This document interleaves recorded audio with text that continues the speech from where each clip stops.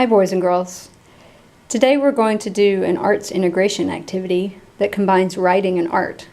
When we do integration activities, that means that we are making connections from one subject in school to another one.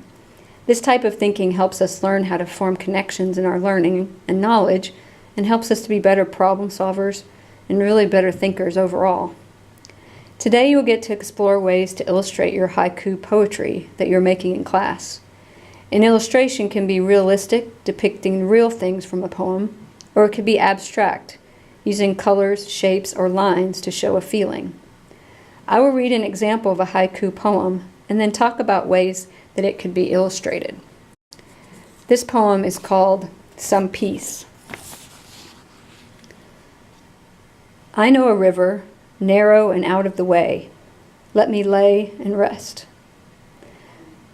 What do you notice about this poem? Are there images that I could draw? I noticed that the author mentions a river that is narrow and out of the way. He also mentions laying down to rest. These are two ideas that could be used in the illustration. Another way to think about the illustration is to use the feeling of the poem. It makes me think about horizontal lines stretching out into the distance like a river. It is restful. So I could use some peaceful, possibly muted colors to represent this idea. My ideas for the illustration would probably be different than your ideas, and that's okay. Once you've decided on an idea, make some drawings with a pencil. When you're happy with the idea, you can trace your drawing using crayon. Because we'll use a crayon resist, be sure to press down with the crayon, creating a nice waxy line in the paper. The final step will be to paint with watercolor over the drawing.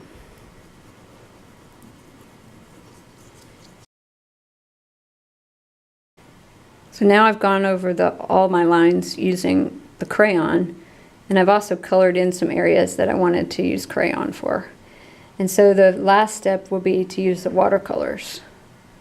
So I have a cup of water and my watercolor set. Now, as a reminder, when you're using watercolors, the paint should flow onto the paper in a transparent way. And that means you can see through it. To make this happen, be sure to use a wet brush and to tickle the paint without sticking the brush really hard down into it. It's just a light tickle. So when you spread it onto the paper, you should be able to see the white of the paper showing through.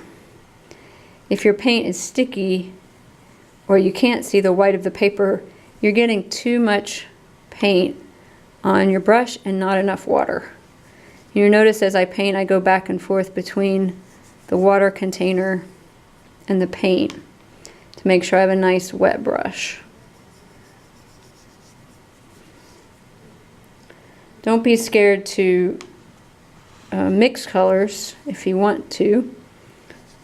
Keep in mind that if you mix across the color wheel, or you get too many colors mixed together, that you'll end up with brown. So there's my river. I thought it might be nice to put some other colors of blue in it. I'm going to try this one. Tickling the top to get it wet.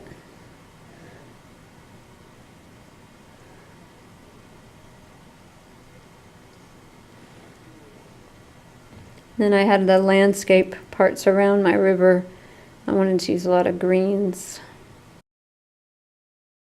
And this part is also part of the ground, so I'm going to use green there.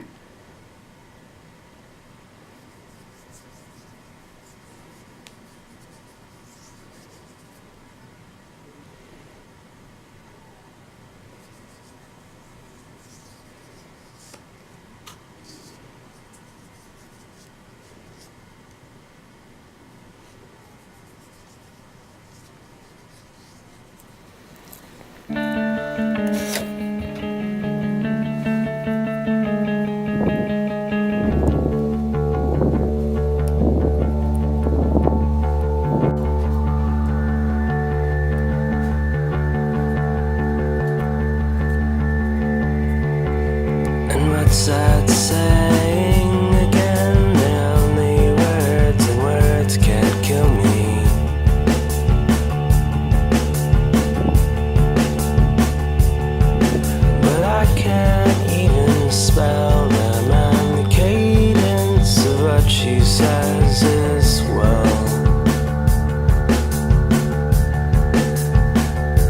Let's talk about spaceships or anything except you and me, okay? Let's talk about spaceships or anything.